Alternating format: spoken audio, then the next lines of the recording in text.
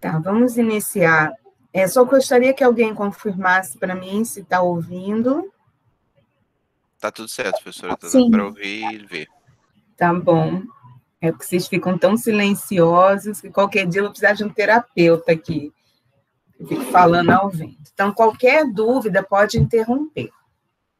Hoje eu vou falar de 2 subfilos, e dentro desses subfilos eu selecionei algumas coisas importantes. Claro que eu não vou falar de todo ele, porque é uma loucura, tá? Mas eu selecionei algumas coisas que são importantes, vou apresentar alguns exemplos para vocês sobre isso. Ainda continuando ascomicota, né, subfilo saccharomycotina, que é das leveduras, e pesizomicotina, que são principalmente os mofos e os outros grupos que produzem ascoma, tá? Aquele corpo reprodutivo onde os ascos ficam. Então, se a gente pegar lá nessa nossa classificação do McLaughlin, nós estamos aqui em ascomicota. Falei que a gente não ia conversar sobre trafinomicotina, apesar que vocês têm uma aula aí mais à frente que eu previ sobre fungos e parasitas, né, voltado mais para o curso de ecologia, que a gente retoma alguns parasitismos que a gente falou, e eu vou falar um pouquinho de parasitismo vegetal, que vai incluir esse subfilo, tá? Como eu falei, Saccharomycetes, né, Saccharomycotina, a classe Saccharomycete, pesizomicotina, que tem várias classes, eu vou falar principalmente de pesizomicetes e Sordariomycetes, tá? Desculpa a classe, aqui está escrito errado, tá bom? Desculpa aí. Então, aqui está certo, né? Sordariomycete, pesizomicetes. Então, se a gente observar aqui, o Sordariomycete são aqueles que vão produzir ascomas abertos e alguns fechados, pesizomicetes.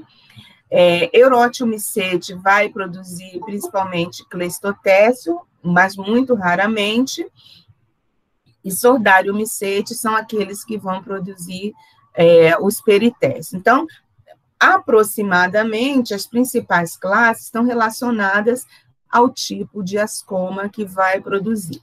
Então, hoje eu vou concentrar, quando for falar de pesizomicotina, em aqueles 2 classes, e vocês vão ver por que eu vou concentrar nessas 2 classes. Vamos começar pelo filo Saccharomycotina, e tem uma única ordem chamada Saccharomycetes. Só lembrando aqui, micota é o filo, micotina é o subfilo e micetes é a terminação de classe. Uma das principais características das leveduras que estão aqui dentro, é claro, só lembrando um pouquinho, outros grupos de fungos também têm organizações com hábito leveduriforme. No entanto, a maioria das leveduras que a gente conhece se encontra em Saccharomycotina, e nós vamos conversar um pouquinho sobre isso, tá?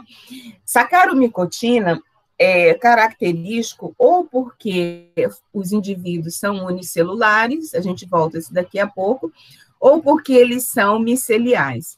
Uma das principais características são esses brotamentos que a gente está vendo aqui, tá? E mais raramente ele forma uma célula alongada derivada de uma reprodução sexual, que a gente chama de asco. E como ele não tem, a maioria não tem micélio, é o conhecido como asco nu, tá? Essa célula.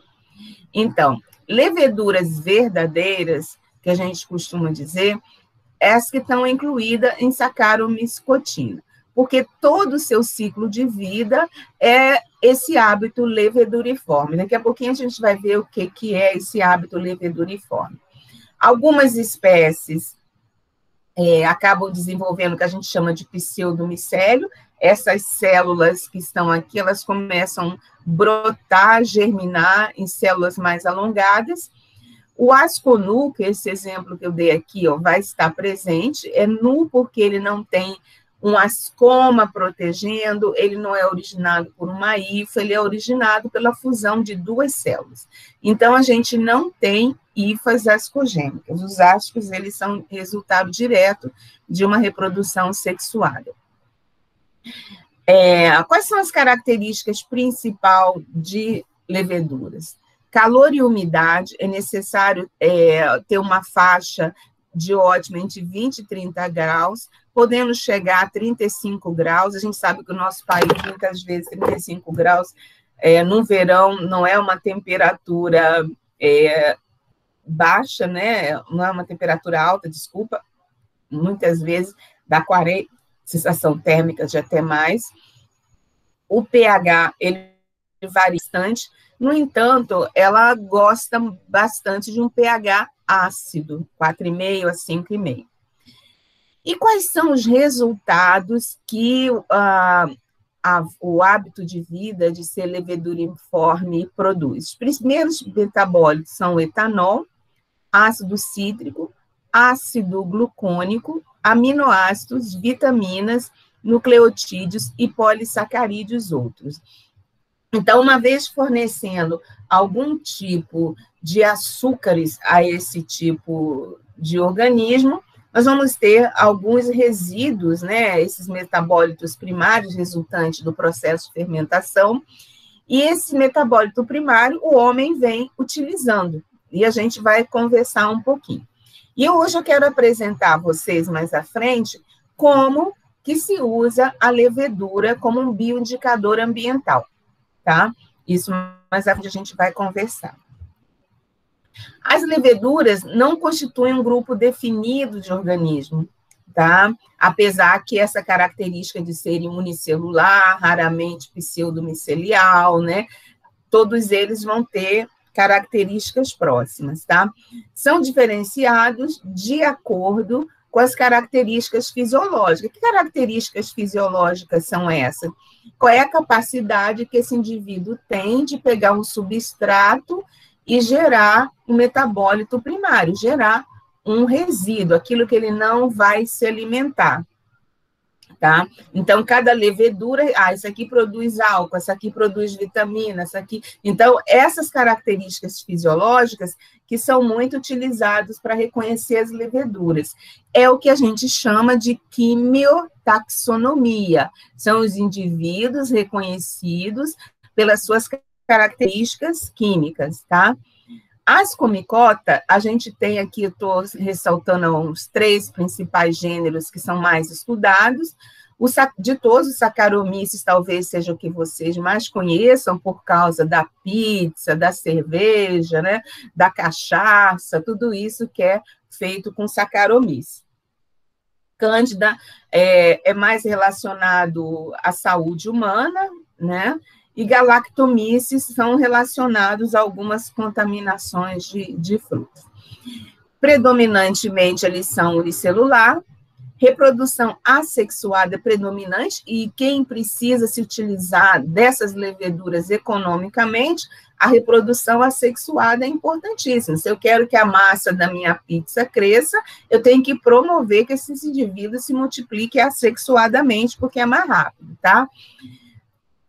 As primeiras pessoas a descreverem esse processo de leveduriforme, né, de ter esse hábito de levedura, foram 3 pesquisadores entre 2 anos, né?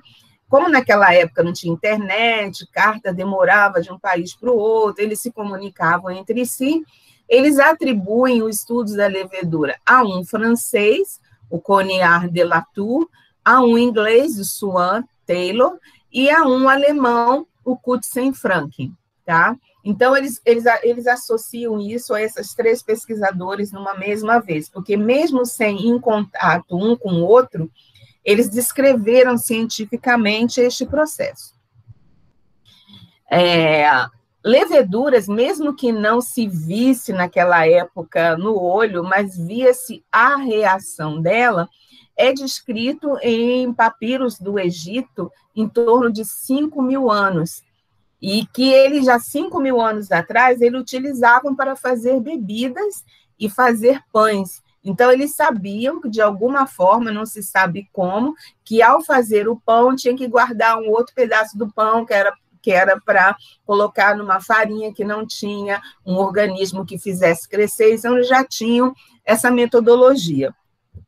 mas estima-se que o pão foi o primeiro material provindo de levedura que foi estudado, assim, cientificamente, né, de forma empírica, né, porque há 12 mil anos atrás não se sabia como fazer esse pão.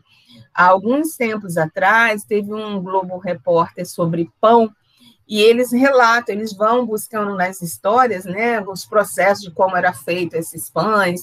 Em Israel tem um estudo, um instituto que se preocupa em estudar os pães primitivos e que eles mantêm as leveduras primitivas em um instituto. Essas leveduras que a gente compra para fazer a pizza na casa da gente, o fermento vivo, né, que é uma levedura, isso aí já foi manipulado geneticamente para dar uma melhoria, mas os fermentos originais, eles estão em um instituto em Israel, tá? Qual seria a principal importância das leveduras e onde nós podemos encontrar? E eu vou voltar a isso um pouquinho depois, tá? Para falar da questão da importância. As leveduras, elas vão buscar açúcares. Aonde nós vamos encontrar açúcares? Em nectário, superfície de frutos, superfície de folha também. Lembrando que açúcares nem sempre é uma substância que ao homem tenha paladar doce. Por exemplo, a gente tem alguns açúcares que para nós não tem paladar doce, tá? Mas é um açúcar na sua composição bioquímica. No ambiente natural, onde nós vamos encontrar a levedura? No solo, tá? E elas vão ajudar a decompor as fezes de animais no solo. Então, nós vimos anteriormente que as fezes poderiam ser decompostas por mucuromicota, poderiam ser decompostas por basidiomicota, ascomicota e também pelas leveduras. O leite também pode ser decomposto por essas leveduras, e o homem descobriu isso e utilizou para a produção de vários outros elementos feitos de leite. As partes vegetativas da planta, eu vou voltar a isso daqui a pouco, algumas estão associadas a insetos, né, desde o intestino do inseto até a porção externa desse inseto, outras podem até ser parasitas e outras podem até ser simbiontes. Então, nós vamos tentar conversar sobre isso. No entanto, a gente vai ver muitas leveduras sendo estudadas porque elas ocasionam problemas econômicos ao ser humano. Então, eu já falei que a história do fungo em ser estudado estão por aqueles que ou acham o fungo benéfico ou acham o fungo maléfico. A gente ainda precisa ganhar muito em estudos ambientais sobre qualquer grupo de fungo, né? Talvez o grupo mais estudado na questão ambiental seja os ascomicota. Desculpa, basidiomicota. Uma das coisas que ela é bem estudada é a questão de patógenos, de nectarina, pêssego, limão e cenoura, né? Que eles estragam, principalmente Diplodocopsis dimorfa, né, dimorfa porque ele pode ficar unicelular e ele pode começar a crescer formando pseudomicélio. A reprodução das leveduras, após a reprodução sexuada, ela vai formar os ascos. Dentro desses ascos nós vamos encontrar zigotos, ou então células simples, mas não se tem os ascocarpos. O zigoto pode imediatamente se transformar em células simples. Em sacaromicotina existem 39 gêneros e 350 espécies que vivem sob a forma de levedura. Isso aqui eu já comentei anteriormente, né, que outros grupos de fungo também apresentam levedura. Uma das coisas que o organismo leveduriforme faz, daí ele está classificado dentro de uma levedura, é a capacidade de fermentar açúcares, principalmente. Então, a fermentação é um processo anaeróbio, depois a gente vai ver como que a gente pode utilizar esse processo na casa da gente, para obtenção de energia, sem sofrer um processo de oxidação, tá? Isso é importante. Vamos precisar de muitos ATPs no envolvimento quando não se tem uma cadeia respiratória, porque o processo aeróbico, então vai precisar sintetizar muito ATP para que possa fazer o transporte desses processos. Uma das características do processo de respiração celular, como aceptor final de hidrogênio, é um composto orgânico, tá? Só que essa característica da respiração celular a gente não tem, então a gente vai precisar desse ATP, uma vez que o processo é anaeróbio. O que a gente vai observar é que existe um contraste entre a respiração celular e os elétrons que são utilizados como aceptores fora do corpo, tá? Como o oxigênio e uma cadeia transportadora de elétrons. Como não vai ter essa questão da respiração, de novo, volta o ATP aqui para poder fazer esses processos. Os saccharomycotinas, eles são aeróbios facultativos, tá? Quando eles não estão fermentando, ele ativa o seu processo respiratório. Uma vez, quando vai para o processo de fermentação, ele passa a ser um organismo aeróbio. Fermenta-se o que, principalmente? Glicose, tá? Essa glicose, ela vai ser particulada num processo anaeróbio, e aí ela vai ser degradada. O que a gente chama de substrato? Substrato é qualquer porção, organização biológica, né, que tenha glicose. Por exemplo, quando você coloca a farinha para fermentar, o seu substrato é a farinha. Quando você coloca, sei lá, a cevada para fermentar, o seu substrato é a cevada. Então, tanto a farinha quanto a cevada, o tipo de glicose é diferenciada, a fermentação vai ser diferenciada, tá? Então, para cada molécula degradada de glicose, eu vou precisar de 2 ATPs. Agora, se você pensa que a farinha tem um monte de moléculas, eu vou precisar de um monte de ATPs, tá? A fermentação, geralmente, ela é alcoólica, as principais que a gente se utiliza aí em termos de organização. O resíduo dessa fermentação, após o organismo se utilizar desse substrato para ele ganhar energia, e essa energia envolve principalmente na sua multiplicação. O resíduo vai ser álcool etílico ou CO2. E aí o homem, através dos tempos, passou a manipular esse substrato. Por exemplo, se eu quero mais CO2, eu vou utilizar um tipo de substrato, por exemplo, a farinha. Se eu quero mais álcool etílico, eu vou utilizar um outro substrato, por exemplo, frutas, ou então alguns grãos, como cevada, fruta, como uva, né? E aí o homem, a partir disso vindo através dos tempos, nós vamos observar que a maioria dos povos antigos tinham as suas bebidas, né? Tinha o vinho, os vikings tinham os hidroméis, depois chegaram as cervejas, e aí foram vindo, porque eles foram descobrindo quais os substratos que geravam o que como resíduo de álcool etílico. Então, a seleção das espécies fica de acordo com o resultado final dessa fermentação e o interesse biotecnológico. Antigamente, era o interesse cultural. Aquela população toma vinho, então, vamos lá. A população toma cachaça, então, vamos lá. Toma um saquê, então, vamos lá, né? Então, esse interesse biotecnológico, apesar que antigamente não tinha tanto esta palavra, mas era o interesse da população como um todo. Então, essa habilidade de fermentar açúcares varia em diferentes gêneros de saccharomycotina, tá? Qualquer dúvida, vocês, por favor, podem interromper, tá?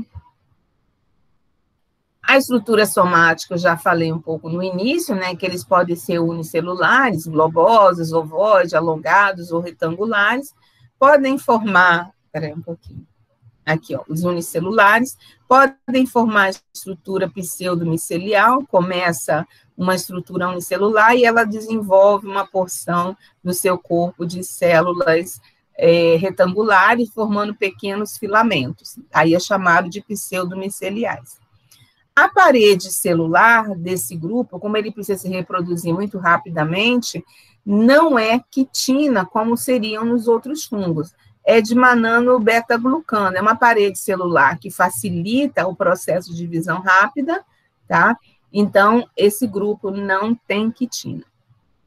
E como eu já falei anteriormente, né, como é quimiotaxonômico, a fisiologia, a resposta a algumas substâncias químicas vai ser importante na identificação. Quando a gente olha uma levedura, só voltando aqui um pouquinho, ó, isso aqui é umas fotos de microscópio. A gente observa que na fase jovem, que ela ainda não entrou no processo de fermentação, ela tem um conteúdo bastante irregular, com alguns compostos estocados, e na fase em que ela começou a fermentar, o vacúolo aumenta extremamente. Então, este vacúolo que está aqui, ele vai ocupar uma grande extensão do corpo, e é através dele que nós vamos ver que algumas reações, elas vão se desenvolver, vão principalmente armazenar CO2, e quando essa célula se divide, que passa pelo vacúolo, ou então quando ela começa a fazer o processo de brostamento, esse CO2 é liberado, né? E esse CO2, ele vai ter uma importância muito grande no processo leveduriforme, tá? Algumas, mais à frente, a gente vai ver que algumas dessas leveduras, esse vacúolo, às vezes, se transforma numa guilda. O que é uma guilda? Tipo microcosmos, né? Alguns organismos vivem nesse vacúolo. A gente volta a isso mais à frente, tá? Aqui eu já falei que foi uma guilda, né? Que ele pode, inclusive, abrigar algumas cianobactérias, ok? Aqui, só para dar um exemplo de leveduras de vida livre que vive com cianobactérias internamente no vacúolo, eles começaram a observar que algumas espécies tinham feito uns grânulos maiores nesses vacúolos. Levaram para o microscópio de eflorescência e viram que esses grânulos eram seres vivos, né? Aqui a gente viu. E aí eles foram extrair o que estava aqui dentro e eles descobriram que eram cianobactérias.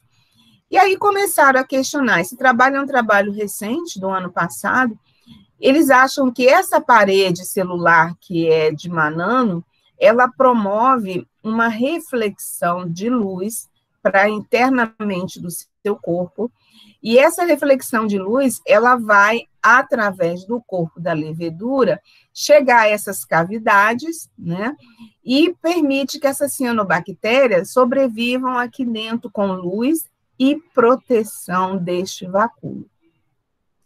E, através da evolução dessa parede, a parede foi adaptada para receber luz, e essa luz promove com que a cianobactéria tenha uma vida ativa. A gente viu no slide anterior que tinha CO2 aqui dentro, então a cianobactéria vai se utilizar desse CO2 para fazer fotossíntese. Então, eles removeram, é uma cianobactéria filamentosa, mas ela fica muito agregada aí dentro, né? Ela fica muito compactada. Nesse vacúolo também a gente pode encontrar água, que é também o que eles acham que vai promover a reserva, a manutenção de vida de algumas cianobactérias aqui dentro, tá? As reservas glicogênio, tá? E vitamina, geralmente do grupo B. Então, essa reserva, ela estoca dentro do corpo após o processo de fermentação. Lembrando que o resíduo é o CO2, lembrando que o resíduo é o álcool etílico. Então, quando ela faz o processo de fermentação, ela faz no sentido de estocar no seu corpo o glicogênio e de produção de vitaminas para ela própria, tá? Principalmente vitaminas do grupo B. Então, nós vamos ver dentro do corpo dela, esses grânulos metacromáticos, aqueles grânulos mais refringentes, né, que é de polimetafosfato inorgânico, né, reserva de fósforo, né, o glicogênio, carboidrato em células adultas, grânulos de gorduras, né, internamente, vai variar de espécie para espécie, e ela precisa de mitocôndria quando ela está na fase aeróbia. Quando ela está na fase anaeróbia, essas mitocôndrias ficam inativadas. Geralmente, a gente vai observar que os organismos filamentosos, ou seja, aqueles com pseudomicélios, eles vão ser constituintes de mitocôndrias mais ativas e também de alguns ácidos ribonucleicos e enzimas respiratórias, ok? O núcleo é definido em células em vias de reprodução, a gente não consegue visualizar em microscopia óptica esse núcleo se a célula não estivesse reproduzindo. Geralmente ele é pequeno, muito pequeno, esférico, até formato de rim, e está próximo àquele vácuo. Existe uma proporção que se chama AW, ou seja, a quantidade de água necessária para que os processos e as reações bioquímicas possam ocorrer. Uma levedura vai precisar de 88% de água. Bactéria precisa um pouco mais de água para se desenvolver. E os bolores, os mofos, né, um pouco menos água. Então, o limite de crescimento, né, desses organismos geralmente é em torno de 70%. Se tiver 70% de água, eles não vão se desenvolver. Então, a levedura precisa de uma hidratação, e essa hidratação ela vai encontrar nos locais onde elas habitam, né? E como vai ser esse desenvolvimento? Principalmente por meio de reprodução vegetativas. Elas podem formar uma gêmula, aqui eu tenho um indivíduo adulto, na hora de reproduzir, ele forma abre essa parede, mas à frente está vendo a microscopia eletrônica, vocês vão ver isso, e começa a ejetar parte do citoplasma com o núcleo. O núcleo internamente se subdividiu. Aí essa porção menor, ela vai crescendo, aderida à célula que a formou, e vai também formando outras células, que são chamadas de broto. Então, eles vão poder ficar agregados, se eles ficam alinhados, são chamados de pseudomicélio temporário, porque essas células podem se soltar depois, e essa agregação é chamada de gêmula, porque começou a partir do que se chama de brotamento. Então, a gente está aqui, ó, o núcleo, quando ela abre a parede, esse núcleo se divide, uma porção menor vai para o broto, e uma porção maior do núcleo fica aqui. É claro que vai ter a porção menor vai ter as estruturas duplicadas desse núcleo, tá? Então, a gente vê isso aqui. E como a parede se abre, a gente vê essa estrutura feita um anel, que depois essa estrutura se fecha e a gente tem o broto, ou o indivíduo, ou a gêmula, tá? Então, aqui a gente tem vários processos. Aqui, ó, a parede abriu, começa a projetar externamente núcleo e citoplasma, a célula filha na fase inicial. Aqui a célula filha já formada, e a região que é a parede dessa célula que abriu, que é a célula que gera células filhas, são as células mães, tá? E a reprodução é acentuada quanto maior disponibilidade de substrato. Se você pegar o fermento na sua casa e colocar para fazer um pão ou uma pizza, você vai ver que em 1 hora, no escuro, como ele é um fungo, ele precisa de escuro, não pode receber luz, né? Precisa de 88% de umidade, então você vai ter que dar alguma umidade para ele se desenvolver. Você põe para germinar, a massa começa a crescer. Por que a massa começa a crescer? Porque a levedura começa a se multiplicar, a fazer processos de brotamento, tá? Falando aqui de dois, né? Os Saccharomyces, geralmente, as células são mais arredondadas e se divide por brotamento, e o Schizosaccharomyces, as células são alongadas e vai se dividir por fissão. Então, cada célula vai formar 2 iguais, não um brotamento como essa aqui, tá? Então, vai depender das espécies ou não. Dando um exemplo de Saccharomyces, a gente tem o Cerevisiae, que forma cerveja, o Saccharomyces ellipsoideum, que vai produzir o vinho, né? Que são uma das leveduras mais informadas.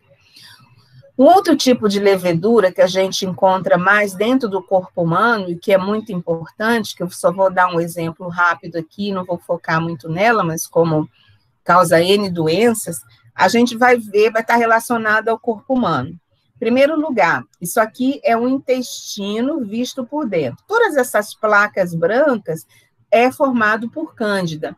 Cândida é uma levedura que ela começa com a multiplicação do brotamento, depois ela vai formar os pseudos micélios. E o que acontece quando fica assim? Quando você come açúcares demais. Porque ela começa a fermentar, ela elimina. Lembra que você tem uma coisa que se chama flora intestinal? É flora intestinal porque você tem vários micro-organismos ali. Então, na hora que você elimina, por exemplo, os lactobacilos, que são muito sensíveis a açúcares, as cândidas começam a se desenvolver. Então, você começa, muitas vezes, o que essa levedura vai liberar? CO2. Aí o seu intestino começa a ficar preenchido de gases. Então, tem alguns alimentos que você vai ver que vai promover isso. Uma outra coisa, que é o que o pessoal chama de sapinho, que é essa língua horrorosa que está aqui, quando não se tem muita higienização, essa cândida também cresce aqui dentro, tá? Se desenvolve bastante. Na microscopia eletrônica, ela é até muito bonitinha, né? Ela começa aqui com os brotamentos dela e continua crescendo, e ela vai formando células alongadas que vão crescer e vão se desenvolver. Então, essa placa branca que está aqui tem a ver com esse agregado de células e pseudos micélios, tá? A reprodução sexuada, ela é muito rara no sentido assim, quando está acabando os substratos. Então, células se individualizam em células masculinas e células se individualizam em células femininas. A célula masculina vai liberar a gonadotropina, que é um hormônio, que faz com que a célula feminina seja atraída, elas se acoplam, e aí todo o conteúdo da célula masculina repassa para dentro das células femininas. Tudo por estímulo hormonal. As pessoas que trabalham, por exemplo, na produção de cerveja, não quer que essa fase chegue, né? Porque isso aqui faltou comida, né? Vai fazer um processo de reprodução sexuada, que é para deixar um descendente resistente. Então, quando se está utilizando, como, por exemplo, o Saccharomyces cerevisiae, né, para a produção de cerveja, você está sempre dando substrato, porque se ele entrar em reprodução sexuada, economicamente não é viável para o produtor. A reprodução sexuada por liberação de gonadotropina ocorre, e aí o que acontece? A célula que vai entrar em reprodução, ela produz um prolongamento na extremidade, tá? E ao reconhecer os hormônios, é esse prolongamento que conecta uma a outra, que faz com que a estrutura masculina repasse para dentro da feminina. Dentro da feminina, ela se multiplica, onde vai formar novas células. Essas células vão ficar assim, se o estresse continuar, aí essas células vão formar o que a gente chama de asco. Vai sofrer um processo final e vai formar os ascos para deixar descendente fértil posteriormente. Se aqui, mesmo no estresse, ela tivesse sofrido esse processo, passado, né, por esse processo de reprodução sexuada, ela vai continuar diploide, tá? E o ciclo vai continuar de forma diploide.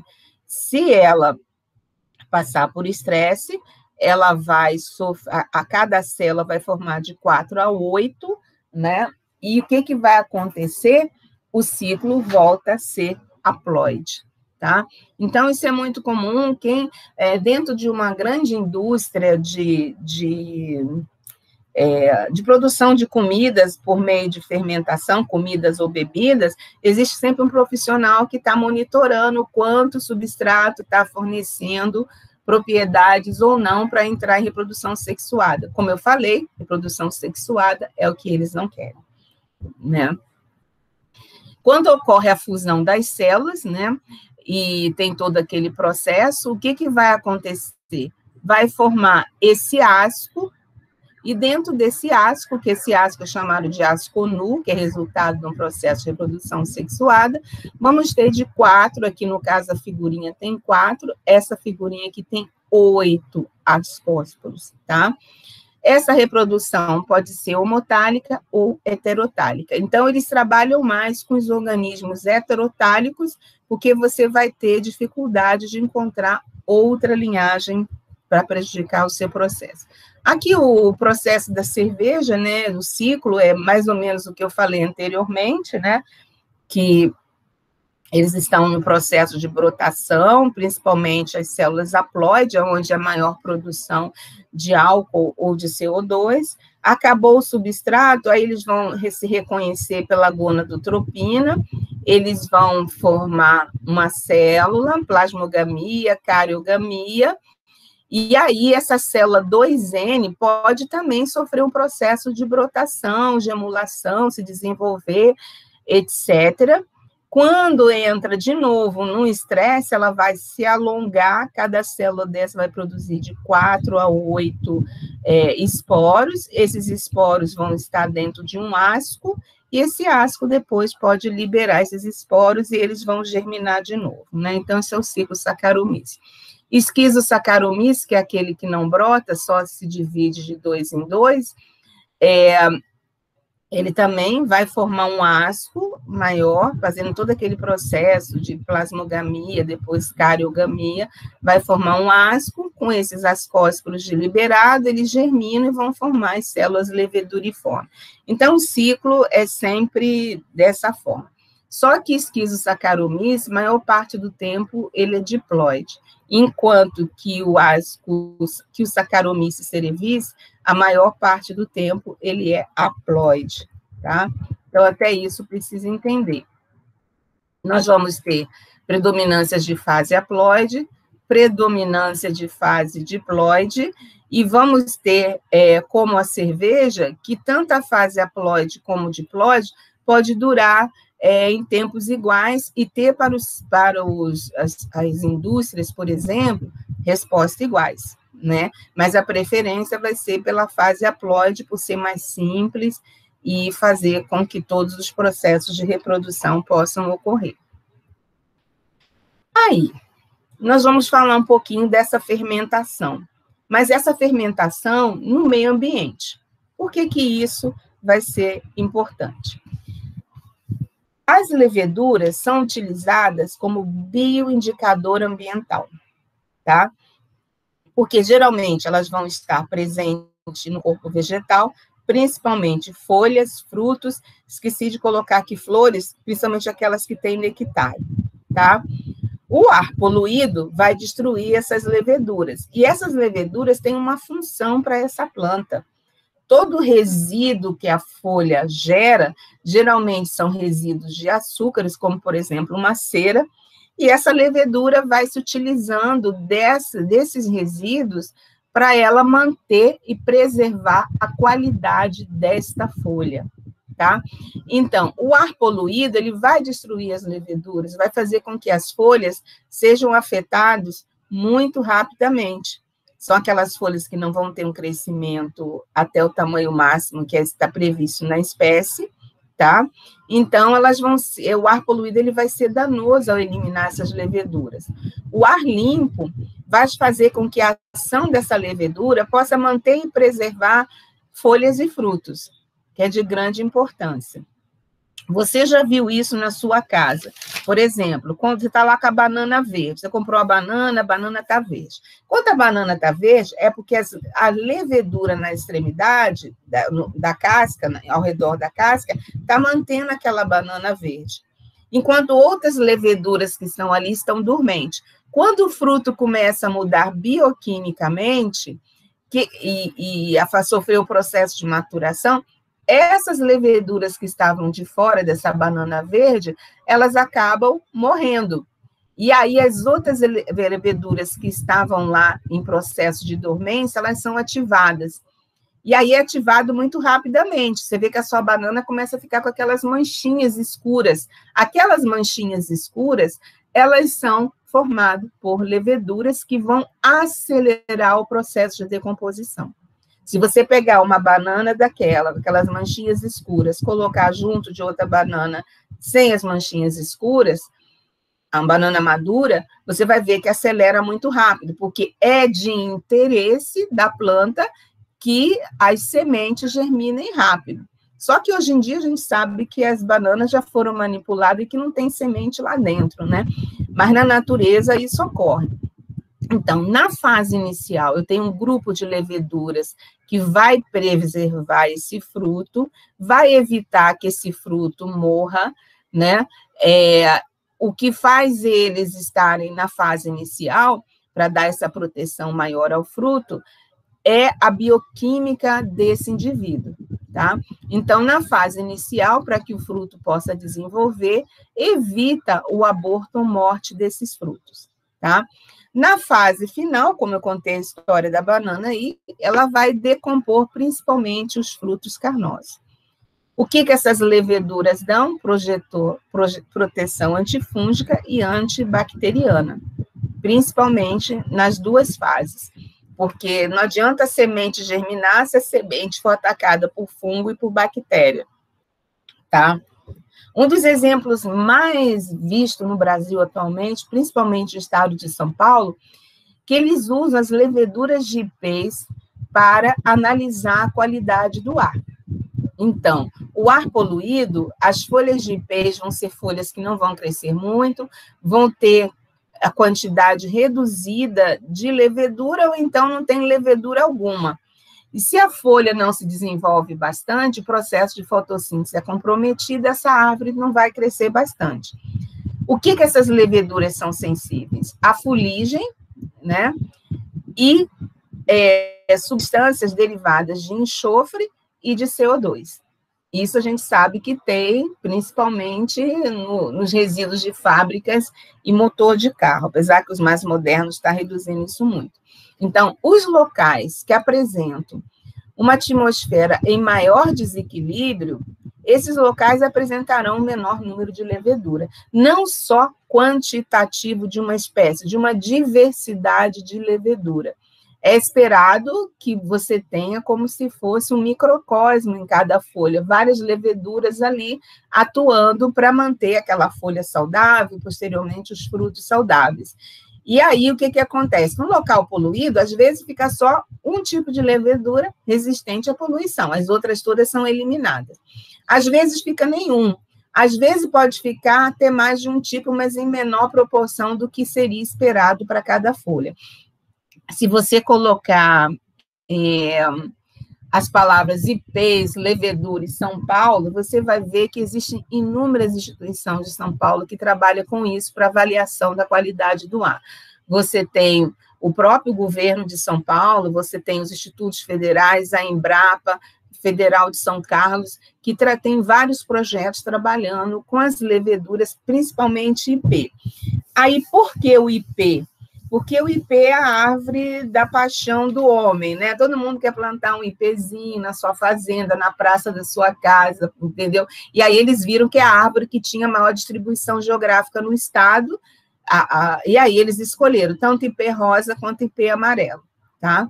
Eles fazem, e aí existe uma diferenciação de leveduras que estão em ipê rosas e ipê amarelos, saudáveis, né? E depois, entre eles, as que vão aparecer já em ambientes poluídos.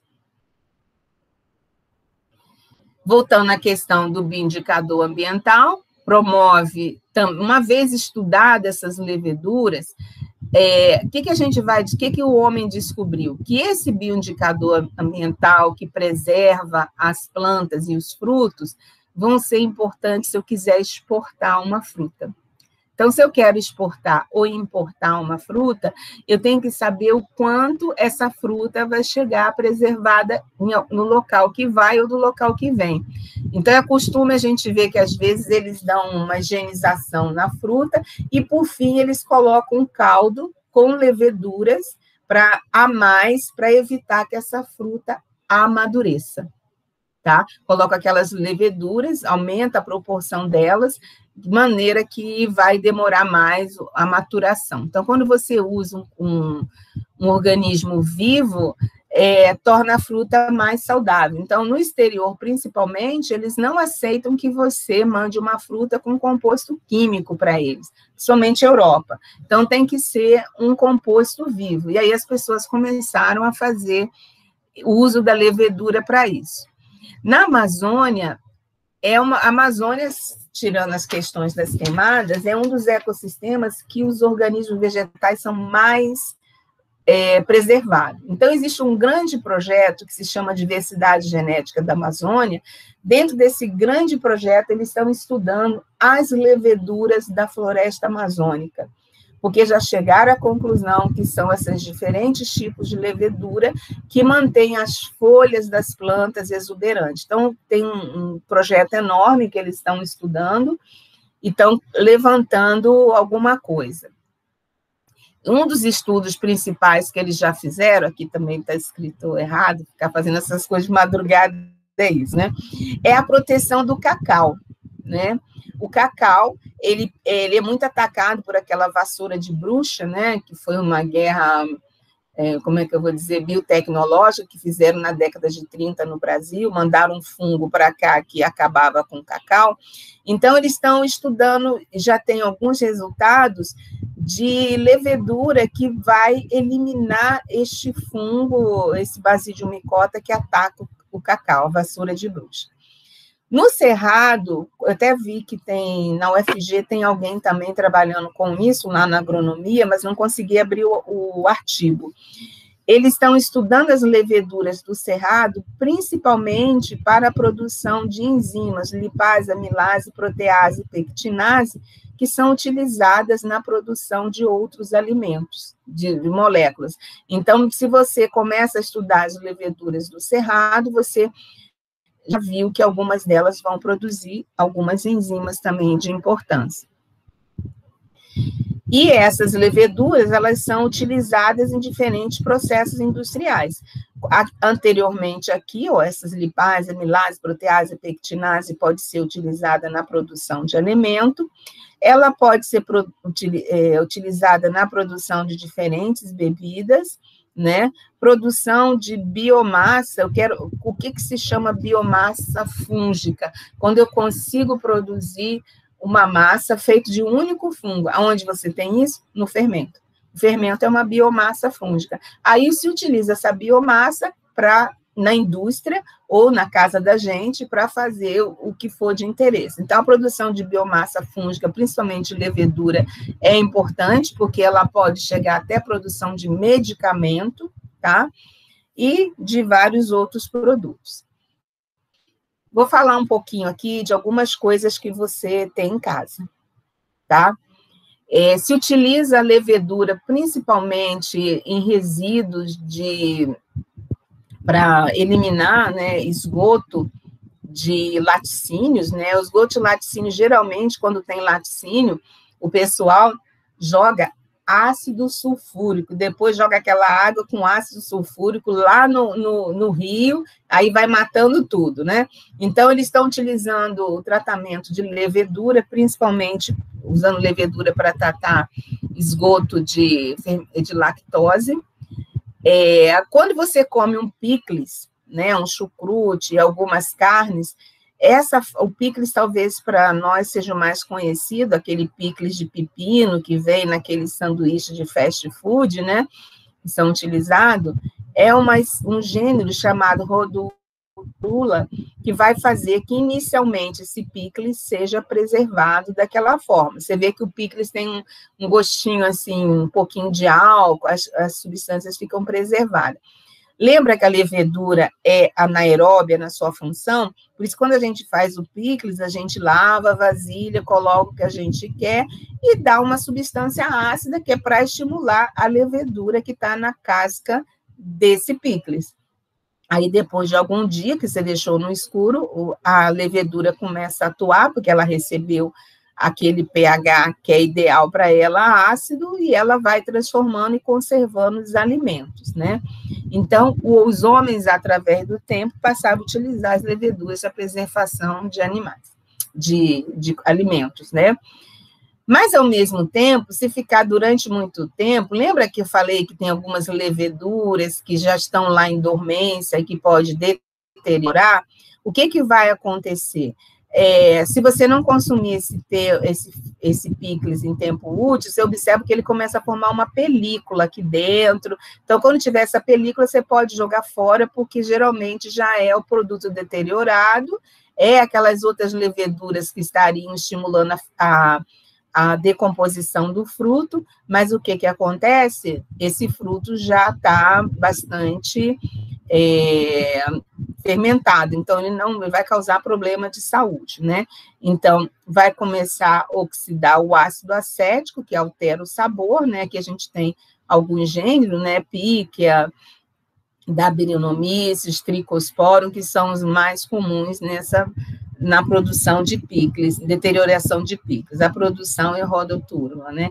Aqui embaixo tem a Escola de Engenharia de Alimentos da Universidade Federal de Santa Catarina, ela tem vários trabalhos sobre bioprodutos produzidos para fermentação, tá? Uma outra coisa que tem a fermentação de carne, queijos e salsichas também, para a produção de salsichas. Então, você está vendo que na sua casa tem muitas coisas já industrialmente que se utiliza esse processo de fermentação. Habilidade de fermentar carboidratos resulta a produção de álcool etílico e CO2, e aí, a partir daí, você vai ter várias importâncias econômicas. Acabei de falar dos picles, nós temos a nossa pizza, existem várias bebidas, como vinho, cachaça, saquê, que pode observar, lembrando que o vinho, quando se transforma em vinagre, já é outra levedura que está ali, tá? E tudo vindo do ambiente natural. Então, na hora que você desmata um ambiente, você está perdendo organismos que o homem poderia utilizar de interesse, está perdendo moléculas, né, que também poderia ser utilizado como interesse, está tendo uma perda muito grande, porque todos esses alimentos fermentados foram descobertos ao acaso por processos que vinham da natureza. Então, a gente tem essa importância relevante das leveduras. Produção de alimentos fermentados. A gente tem o tofu, aquele queijo feito de soja, né, a soja fermentada. Essa mesa que eu já dei exemplo no slide anterior. A gente tem as mais variadas bebidas, que eu já dei o exemplo, produção de azeitona aqui, ó, aquela azeitona que você come lá na sua casa também, vem processo de fermentação, feito por leveduras, então a gente tem os vinagres, né, também, então a gente tem uma gama de coisas. As bebidas, né, o vinagre balsâmico também. Aqui no Brasil a gente usa vinagre balsâmico para saladas.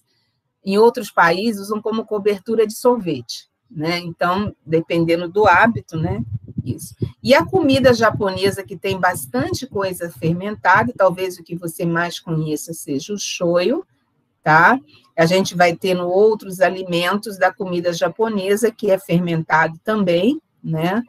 E aí a gente vai observar que as leveduras, elas são ótimas, elas produzem muito alimento. Se a gente pensar que a gente tem que ter cuidado com essas leveduras, porque, primeiro, aquilo que eu falei pode dar flatulência. Segundo, você comeu demais, você fica num cansaço que você não consegue levantar.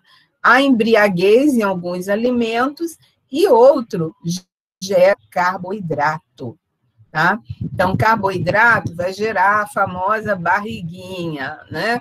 E por aí vai. Então, você tem que ter um cuidado quando se usa leveduras no processo alimentar, né? Tudo com harmonia, a gente não precisa se preocupar, ok?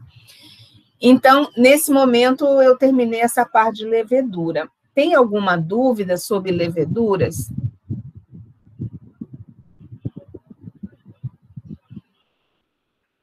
Estou considerando que está ok, tá? Então, vamos passar para o segundo subfilo que eu vou conversar hoje com vocês.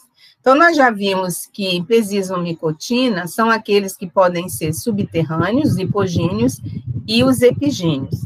Dentro dos subterrâneos, eu tenho alguns que são micorrizas, tá? E também, sem ser subterrâneo, a gente tem os parasitas junto nos epigênios, né? Então, pesizomicotina tem em torno de 30 mil espécies. Os mofos e os fungos liquenizados, que nós vamos ver em outras aulas. Então, vamos conversar um pouquinho sobre esse grupo que está aqui. E aí eu vou destacar três ordens, desculpa, Pesizales, Filariales e Procreales. Por que eu vou destacar essas três ordens? Porque é um material que a gente encontra com muita facilidade no bosque da nossa universidade, tá? São fungos bem macroscópicos, em torno de 10 a 20 centímetros de comprimento, então é uma coisa que você, passeando naquele bosque, a gente encontra com facilidade, tá? Então, a gente vai voltar aqui. Em pesizomicotina, nós vamos ver alguns fungos, principalmente que formam aquele correprodutivo chamado ascoma, ou então o ascotroma. Lembrando que o ascotroma é quando o fungo se utiliza de tecidos vegetais para proteger as suas estruturas reprodutivas. O ascomas, ele pode ser do tipo cleistotécio, aquele fechado, apotécio, aqueles que são mais abertinhos, né? Que tem formando uma jarra, isso aqui isso ficou meio confuso, mas é aquele que forma jarra, prato ou tigela, e o peritécio, que pode formar a fusão dele pode formar, de peritécio, formar uma estrutura reprodutiva macroscópica. Pesizomycetes é a antiga classe Ascomycete, que nós vamos conversar, e a classe Sordáriomycetes, tá? O que é importante a gente saber no subfilo? O tipo de asco, que eu não vou pedir para a gente decorar, importante saber que eu tenho asco que só tem asco que tem 2 revestimentos. Desses que tem um revestimento, ele pode ter uma abertura ou pode ser sem abertura alguma. E existe asco que é arredondado nos cleistotécio, né? Que o asco, em vez de ser alongado, ele é arredondado, tá? Que é chamado de prototunicado. Os ascósporos, quando a gente vê numa aula prática, a gente precisa pensar, ele tem pigmento ou não? Ele tem divisão em septo, como esse aqui, ó, que é um esporo que tem vários septos. Aqui é um esporo único, tá? E tem 3 septos, formando 4 compartimentos, tá? Se ele tem estruturas alongadas nesse esporo, que auxilia ele ser levado pelo vento, se ele tem uma bainha de mucilagem bem evidente, então, isso a gente olhar no microscópio, a gente vai ficar olhando nessa história toda, tá?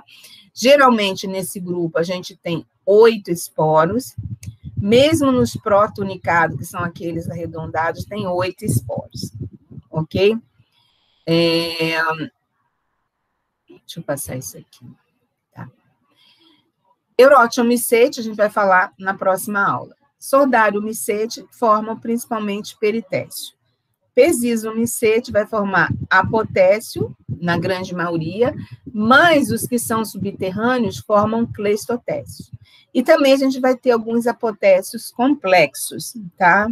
Que não é muito comum no Brasil. Então, pesizomycete forma apotécios ou cleistotécio, pensei que tinha um cleistotécio aqui, desculpa, ou então esses peritécios que são formados, fusionados, que são formados em Sordáriomycete. Então, Sordáriomycete é a classe onde vai ser muito interessante, a gente vai conversar sobre duas, né? Primeiro, forma esses apotécios, né? Esses apotécios, eles podem ser decompositor de madeira, pode ser parasita de inseto, fungos, né, desse grupo que nós vamos observar, e podem ser parasitas de planta. Então, dentro dessa classe, nós vamos encontrar os principais parasitas de Ascomycota e também alguns grupos decompositores de madeira. Aqui eu tenho a superfície de uma planta, nessa linha toda aqui. Dentro dessa planta, os peritécios, aquela estrutura que tem uma aberturinha aqui na extremidade, ó, aqui para liberar os esporos que são produzidos nas hifas ascógenas aqui dentro. Aqui eu tenho um decompositor de madeira, aqui eu tenho um parasita de planta, e aqui eu tenho um parasita de inseto, tá? Então, Se a gente quer procurar quem faz interação parasita de planta e parasita de inseto, a gente vai para Sordario micete. É uma classe cujos maiores grupos são especializados em parasitismo. Nós vamos encontrar tanto os parasitas de inseto como decompositor de madeira com muita frequência lá no bosque da nossa universidade. Se eu pegar essa estrutura aqui, que ela é muito comum, do gênero Chilaria, ela que está decompondo uma madeira, o micélio está lá dentro, ela produz externamente o que a gente chama de estroma, que são um conjunto de hifas especializadas. Essas hifas têm paredes escuras ou avermelhadas. Quando é escura é por conta da melanina, e é endurecida por conta do carbonato de cálcio.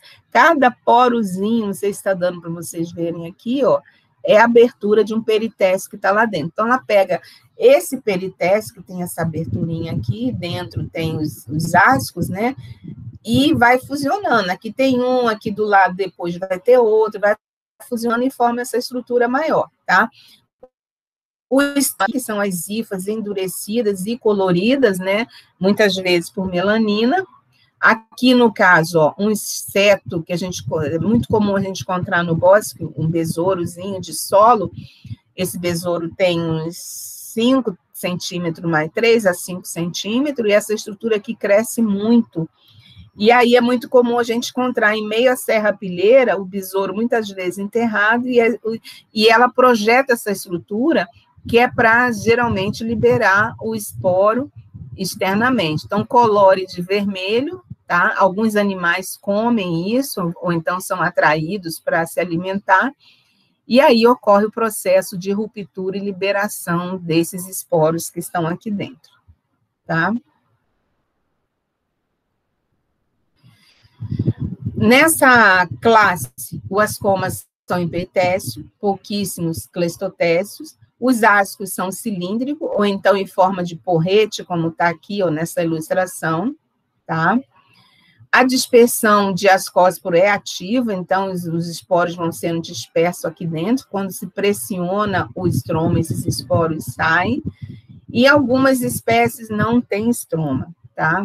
Mas o estroma já ajuda bastante. Então, o que seria esse estroma, que eu já falei na aula passada, uma estrutura compacta, semelhante ao que eles chamam de esclerócio, quando a hifa está muito esclerosada, endurecida. Essas hifas são entrelaçadas, que vai formar esse corpo de frutificação, e essa coloração escura tem a ver com a melanina.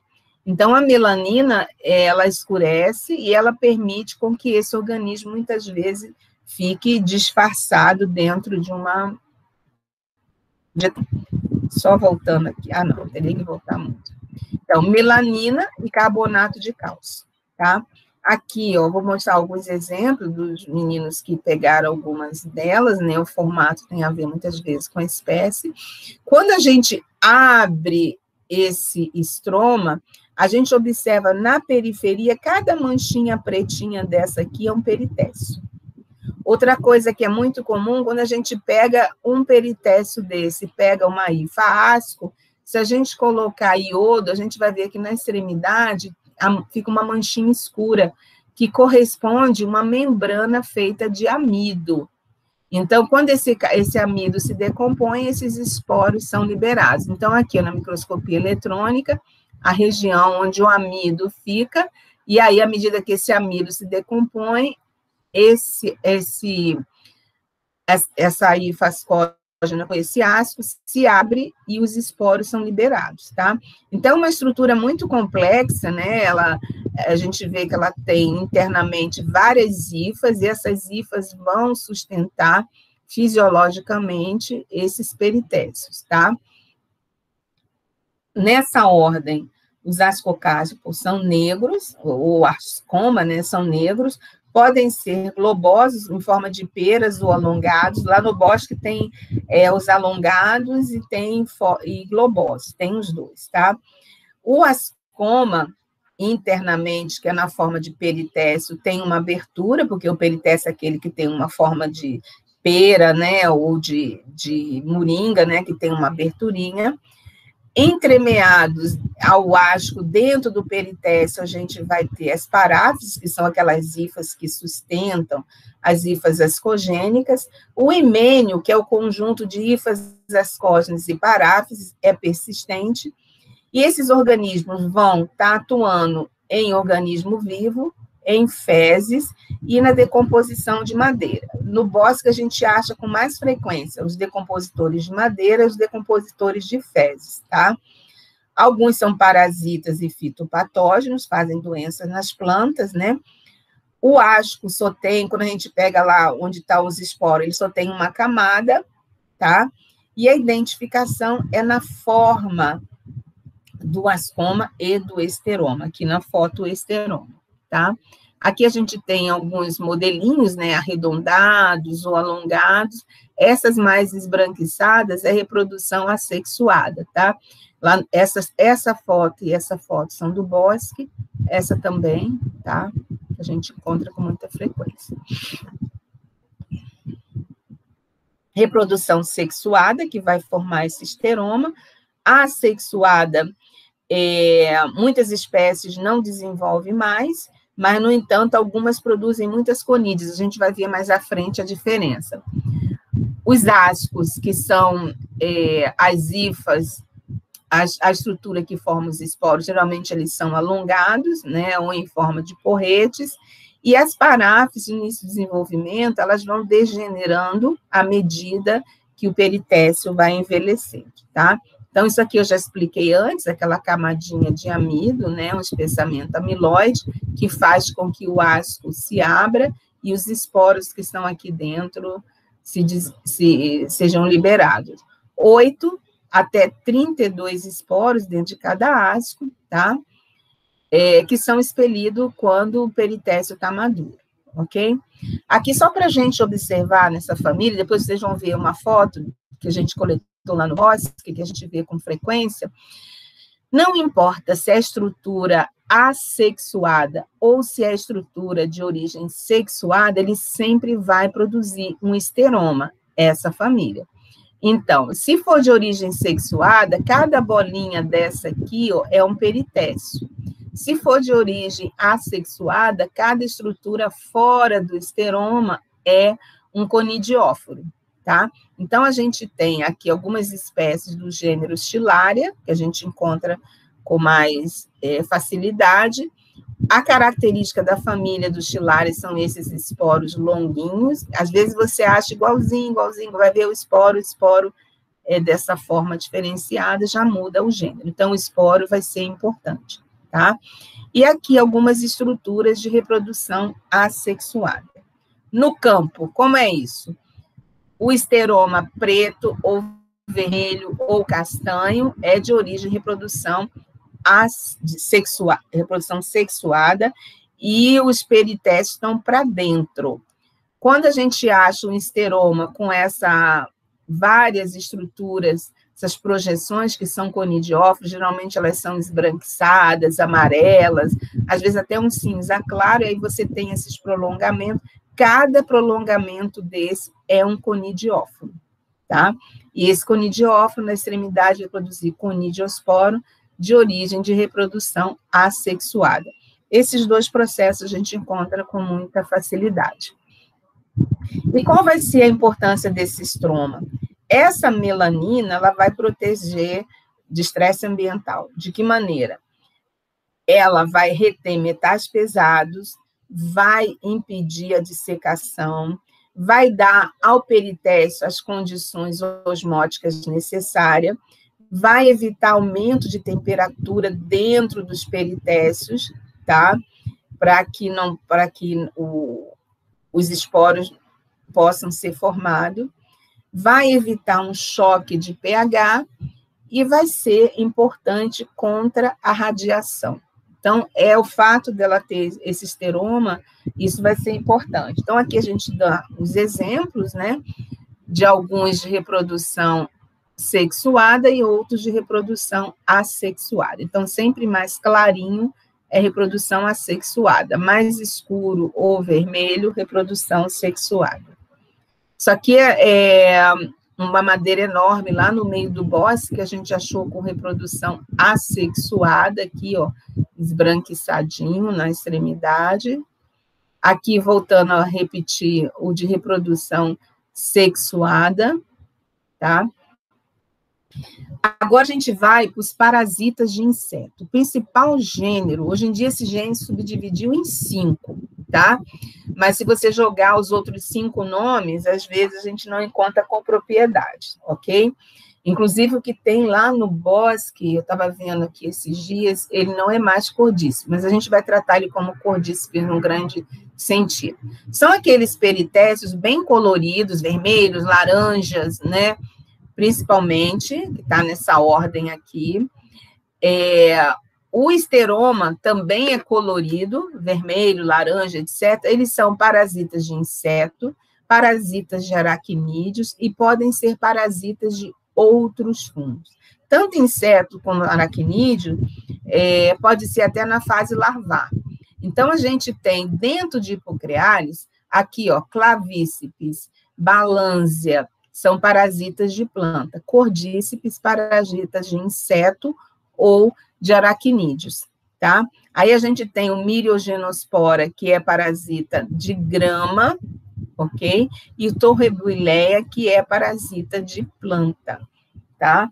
Mas vamos nos focar nos cordíceps, que é o de mais fácil visualização no bosque. E esses a gente volta aqui depois na aula de parasitismo, tá?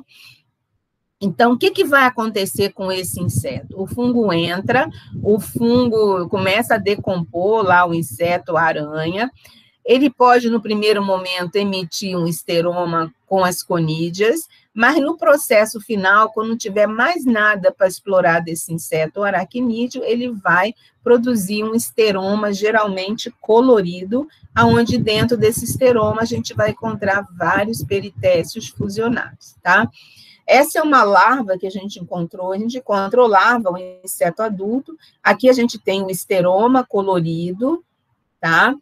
Essa estrutura somática que dentro dela a gente vai encontrar vários peritécios. Isso aqui é chamado também um corpo de frutificação. Apesar que dentro dele eu tenho um conjunto de peritécio que é oriundo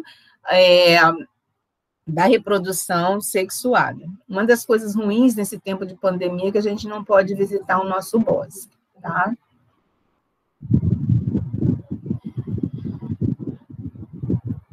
Quando a gente encontra, muitas vezes o coleóptero, como ele é de solo, a gente vai encontrar ele abaixo da serrapilheira.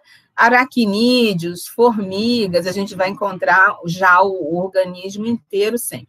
Eu não sei se foi nesse vídeo que eu passei para vocês verem na aula que eu falei que ia valer 2 semanas, que eu acho que eu passo um vídeo que tem o inseto lá, e depois tem um vídeo geral que eu vou passar depois da prova, que vai dar uma noção para vocês de como é a vida dos fungos dentro de uma mata, e aí vai aparecer também algumas formigas também nesse vídeo, tá?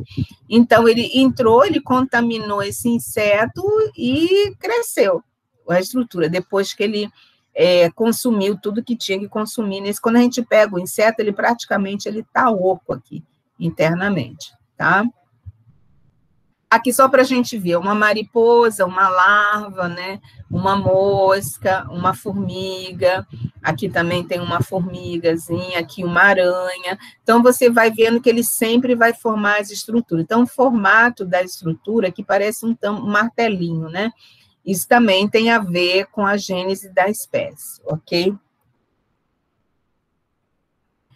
Alguns que atacam algumas larvas, eles crescem, a larva está aqui embaixo, eles crescem. Aí, na China, como eles comem tudo, né? Eles dizem que essa estrutura reprodutiva é muito energética. Então, na época de Olimpíadas, eles começam a cultivar para os atletas comerem essa coisa horrorosa, entendeu? Então, as larvas, né, projetam larva aqui, ó, de lepidóptero, né? Então, eles fazem isso aqui, eles vendem, né, essas coisas meio horrorosas, por conta dessas coisas que a gente já viu aí, o coronavírus, né? Então, mas é uma coisa que eles se alimentam há anos para ganhar energia, né, segundo eles. Então, nós vimos pesisomicotina e sacaromicotina. Hoje, trafinomicotina a gente não comentou.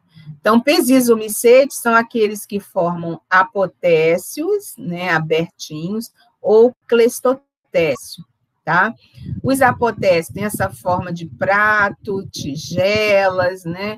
E alguns deles são bastante irregulares. Os clestotécios são os que vivem no subsolo, ok? Dentro deles, a gente tem uma ordem maior, onde a gente tem um grupo maior de gêneros e de espécies. Aí eu tenho esse ascoma aqui, ó, principalmente os apotécios que são abertos, eu corto e estou enxergando ele por dentro. Então, aqui em cima, geralmente, tem uma película, e abaixo, como ele é aberto, abaixo dessa película, eu vou ver as hifas com os ascos.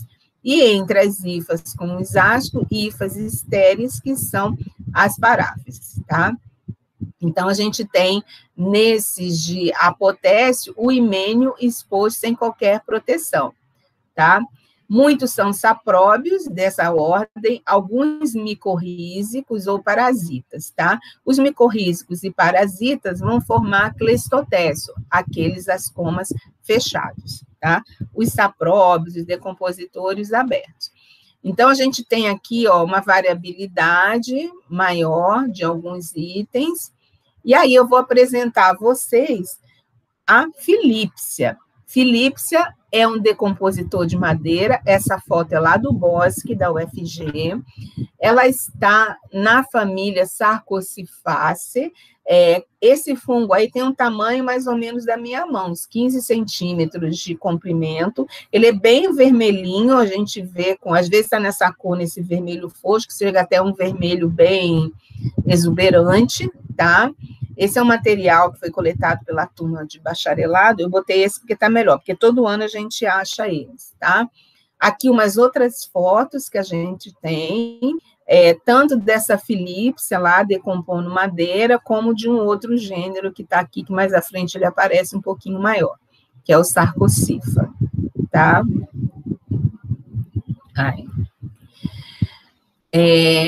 Esses apotécios, alguns são bem coloridos, né, que é para, se a gente voltar aqui, ó, para chamar a atenção, porque tirando essa película que está aqui em cima, as hifas ascógenas está logo aqui embaixo. Tira essa película vermelha, as hifas ascógenas está logo embaixo, tá? Esse aqui que eu coloquei, que são apotécios complexos, eu volto ele mais à frente, que é a morcela. A morcela não tem registro no Brasil, assim, de ser um organismo que ocorre no Brasil. Mas como ela é comestível, você vai achar em supermercados mais elitizados e tal, né? Tem o pessoal maluco lá de fora, faz festa da morcela, todo mundo se fantasia, ela é um ovo. Então, o himênio, ele vai ser importante. O que é o himênio? É aquela região do apotécio onde eu tenho as hifas com ascos e eu tenho as paráfises, tá? O asco, ele, dessa Philipsia, principalmente, ele tem uma cobertura só, pode ser operculado ou não, no caso da Philipsia, não é operculado, tá? Os ascósporos, geralmente, são unicelular, hialinos até vermelhos dentro da classe, tá? E a maioria são sapróbios, ou decompositores de madeira, alguns poucos micorrízicos, tá? Aqui eu tenho um apotécio, na aula prática que eu simulei, eu vou explicando melhor as partes. Aí eu tirei essa película aqui do apotécio, aquela película vermelhinha da Philipsia, e embaixo já tem o himênio. O que é o himênio? Formado por hifas ascógenas e paráfises. E o invólucro, a gente chama de excípulo, tá? A parte mais externa desse apotécio, a parte mais interna é o excípulo medular, e a parte onde as hifas desenvolvem para formar ou paráfise ou as hifas ascógenas, a gente chama de hipotécio. Mas isso aqui só se a gente tivesse uma aula no tempo presencial, na prática a gente vê todas essas partes. Então, o excípulo, que é o envoltório, tá? Inclusive forma aquela película aqui acima, as hifas ascógenas, né, com os ascósporos, com os ascos dentro, em diferentes fases de maturação, e as paráfises, que são as hifas entremeadas, que vai fornecer água, fornecer sustentação, conforto físico, né? Então, nessa família, essa Philipsia, que é o gênero que a gente trabalha mais na prática, e isso aqui é foto que a gente fez no laboratório, né, que a gente recorta isso aqui, vê o himeno, vê as partes, a gente vê os 8 ascóspores. Isso aqui é interessante, que no aumento de 10 vezes a gente já vê essa hifa ascógenas. Então, ele é um gênero muito fácil da gente trabalhar e fácil da gente encontrar no campo. Esse aqui já não é tão fácil. Esse ano a minha aluna de doutorado encontrou ele, mas ele não é tão fácil. Lá no campus da UFG é mais fácil encontrar a Philipsia, tá? E, inclusive, a gente vê aqui que esse asco, que é essa região da hifa onde estão os esporos, ela não tem processo de abertura, tá? Teria que estourar. A disseminação dos esporos é alguma pressão aqui em cima que faz liberar os esporos, a própria chuva que muitas vezes acumula aqui dentro e apodrece, e esses esporos também são liberados, tá? Aqui só para a gente ver os 3 mais comuns lá no campo, a Philipsia todo ano a gente encontra, ela é grande, fácil visualização, a Sarcosifa, aquela que ela é mais fechadinha, que nem sempre, a Leotia também de vez em quando a gente encontra. Tá? Aqui a Sarcosifa, que ela é bem fechadinha, assim, é aberta, mas ela já não é igual um prato, né? Ela se desenvolve dessa forma. E a interação ambiental. Esses apotécios, eles servem para acumular água, muitas vezes alguns animais vêm aqui para beber essa água, infelizmente para depositar larva de mosquito também, né? Então, tem toda uma função ambiental. Alguns anfíbios de tamanho menorzinho se utilizam para hidratar o corpo e também com uma proteção, e alguns moluscos se alimentam delas, tá? Lá no bosque, às vezes, a gente encontra alguns gastrópodes, né, se alimentando das Philipsias e de outros também, tá? Então, o fungo ele tem uma função ambiental, além de participar da decomposição, a sua estratégia de vida, principalmente pelas cores que é administrada em algumas partes, serve também como alimento para muitos animais, né? E abrigo também, tá? E ainda nessa classe a gente vai ter o que a gente chama de trufas. As trufas são corpos reprodutivos fechados, daquele tipo cleistotécio, que eu comentei com vocês semana passada, que agora começaram a estudar as trufas da caatinga. Geralmente, elas vão estar presentes em ambientes que passam por algum tipo de estresse, né? No nosso caso aqui, a caatinga, o estresse é a água. Na Europa, o estresse é o frio.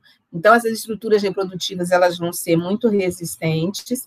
Quando a gente abre essa trufa, a gente observa que internamente ela tem vários meandros, assim, vários caminhos, e dentro de cada meandro desse que a gente vai encontrar as hifas ascógenas. Então, para liberar esses esporos, precisa apodrecer isso tudo, tá? E dentro disso aqui a gente vai encontrar o asco protonicado, aquele asco arredondado. Então, como ela está dentro do solo, não tem como atrair um inseto, não tem como ser consumida por outros organismos, então, simplesmente, ela é uma estrutura fechada, tá? Mochelas e trufas são representantes comestíveis. Então, tanto uma quanto outra, as trufas, em maior proporção, a gente encontra nos mercados especializados, porque elas são utilizadas na alimentação. Eu comentei com vocês que a Europa, por conta de várias guerras, várias destruições das suas florestas e da sua biodiversidade, as pessoas começaram a alimentar do que tinha, né? Então, as trufas eram aquelas que os porcos, que eu falei semana passada, que eles cavavam, porque o cheiro que ela emite quando está na fase matura tem a ver com o aroma, o feromônio da fêmea do porco. Então, o corpo cavava e comia. Aí o homem observou que esse porco comia essa trufa, começou a experimentar e viu que também ele podia inserir na sua alimentação, tá? Então, nós vamos ter essas trufas, geralmente elas podem ser brancas ou pretas, né? As pretas são mais fáceis da gente encontrar. Esse corpo reprodutivo que está enterrado no solo, ele é do tipo cleistotécio, tá? Alguns podem ser amarelos, brancos e até colorações escuras. Escuras são mais comuns, a gente volta daqui a pouco. Só que os fungos que são ectomísicos de Ascomycota é que produzem as trufas, ou seja, os cleistotécios, tá? Então, só aqueles fungos que estão associados a algumas árvores é que vão produzir.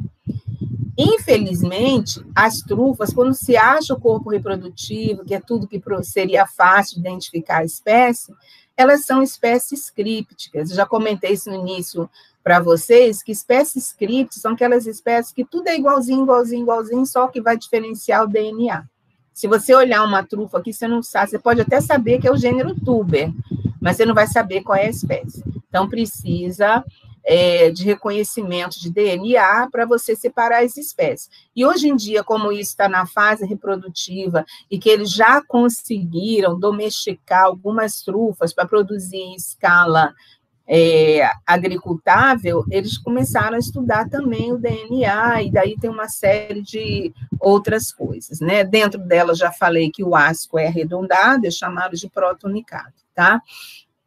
Então, as ectomicorrizas são aquelas que formam um manto fora da raiz, não cresce tanto dentro da planta, e que o micélio, essa teiazinha branca aqui, ó, ele vai percorrer o mundo e coletar. Quando vai entrar num processo de inverno, que é mais drástico, ele entra em reprodução sexuada, ele deixa essas estruturas, esse cleistotécio no solo, porque durante o inverno todinho o solo é congelado, é um solo duro, que não tem água, as próprias árvores não conseguem absorver muito alimento desse solo. Então, o que vai acontecer? Essas trufas tendem a ficar lá estocada no solo, né? Então, a gente tem dois tipos de trufa, a branca e a negra. A trufa negra, ela é mais comum na França, que foram os primeiros locais que eles começaram. França, Espanha também, começaram a utilizar na alimentação. A trufa branca, Itália e Croácia. A trufa preta é mais barata. A trufa branca, ela é muito mais cara, porque ela é mais difícil você localizar essas trufas no ambiente. Aí, ontem, eu entrei para ver quanto é que está o quilo da trufa branca, 2.000 euros. Considerando que o euro está 6,80, né? Em torno de 13 mil reais o quilo, né? E a trufa preta está em torno de 1.200 a 1.500 euros, já fica um pouquinho mais barato. Por isso que azeite trufado sai caro, macarrão com trufas. Um dia eu estava vendo que a lasca da trufa era 60 reais, faz uma fatia microscópica e coloca lá dentro. Quantas lascas você quer? Aí você, sei lá, você escolhe uma que você está duro, né? Você quer provar, ou você escolhe mais algumas lascas, né? Porque é uma iguaria, né? E que a gente agora, começando a estudar as trufas da caatinga, vamos ver se dá algum resultado. Só estou falando da morchela, porque vocês vão achar muita coisa na internet. Você olha, acha que é um cogumelo, né? Aí você vê, ó, cada aberturinha dessa aqui, ó, cada aberturinha é um apotécio. Então, isso aqui é uma estrutura que tem um apotécio fusionado um no outro. Aqui, ó, um corte transversal, isso aqui é um apotécio, esse é um outro, isso é um outro. Então, cada aberturinha dessa é um apotécio, né? Parece um cérebro, algumas delas. É altamente comestível na Europa e você já acha nos mercados do Brasil. Então, Pesias eu vou ter apotécios complexos e cleistotécios, Sordário miceto, principalmente decompositor de madeiras e parasitas, que tem estroma, tem peritécios, que são fusionados dentro de um micélio endurecido, chamado estroma, com produção de melanina e carbonato de cálcio, ou então colorido, tá? Aqui dá o exemplo daquele lá do bosque. E com isso a gente encerra. Eu fiz questão de separar, porque é um material que a gente encontra com muita facilidade no bosque, tá? Então, Queria saber se tem alguma dúvida, até mesmo da aula prática que eu passei para vocês, ou não. Deixa eu abrir o chat aqui, porque está sem microfone. Tranquilo, o que me dá nervoso é esse, tranquilo, professora, tranquilo. Porque sempre tem uma... Sim, Cássia. Eu não tenho dúvida da aula, né? Achei até interessante essa história dessas trufas. Mas eu gostaria, assim, de saber se a senhora tem algum material livro, alguma coisa assim, sobre reprodução, não, sobre mecanismos que geram variabilidade genética em fungos, no geral. Que eu vi que tem recombinação parassexual, herança citoplasmática... Semana que vem a gente vai falar das recombinações parassexual. Tá? Eu, no início do ano, eu mandei algumas bibliografias para vocês. Eu não queria tanto focar nessa recombinação parassexual, porque, além de ser uma loucura, são aqueles fungos que causam doenças. Aí vocês teriam que ir no IPTESP, lá com o pessoal, focar mais, mas eu posso procurar. Vou até anotar aqui se tem... que são os que causam as dermatites, né? São aqueles mofos que vivem na cabeça da gente não, né? De quem não tem higienização ou baixa imunidade, né? Uhum. Eu acho... escrevendo meu TCC, aí eu vi algumas coisas, né? E eu senti um pouco de dificuldade de achar esses materiais. Eu encontrei algumas coisas, mas tem coisa que eu não achei o artigo original, alguma coisa assim. Deixa eu te falar, eu mandei uma parte do livro da Bononi para vocês, mas eu ainda não mandei do material da semana que vem. É aquele livro mais antigo, que só tem que mudar os nomes, eu acho que nesse tem a questão da recombinação parassexual, tenho quase certeza. Como eu vou mandar ele para vocês na semana que vem, eu vou procurar um outro mais moderno, tá? Porque o livro da Bononi, ele é didático, para quem está na graduação, ele é muito bom. E para explicar. Então, semana que vem é a parte dele que eu vou enviar para vocês. E o que acontece? Eu vou tentar pegar alguma coisa.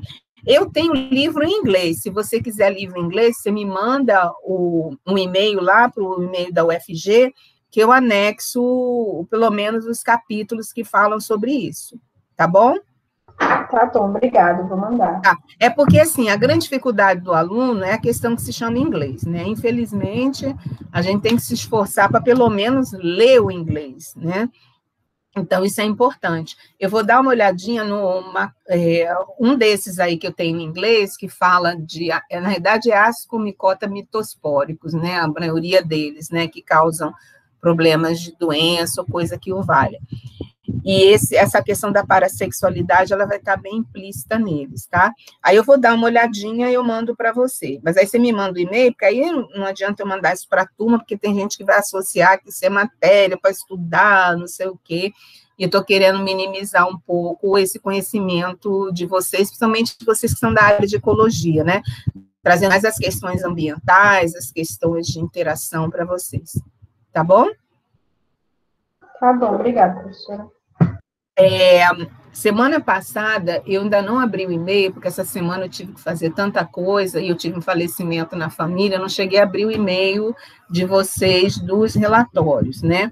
Então, a turma de vocês tinha que ter entregue dia 23, se eu não me engano, o relatório de vocês. Então, eu vou abrir esse e-mail amanhã para ver se alguém esqueceu de me mandar o relatório, por favor, mande, porque amanhã vai ser meu dia que eu vou abrir para corrigir isso. Tá? Então, mandar os relatórios direitinho, para que a gente possa, eu já possa ir corrigindo devagar, porque senão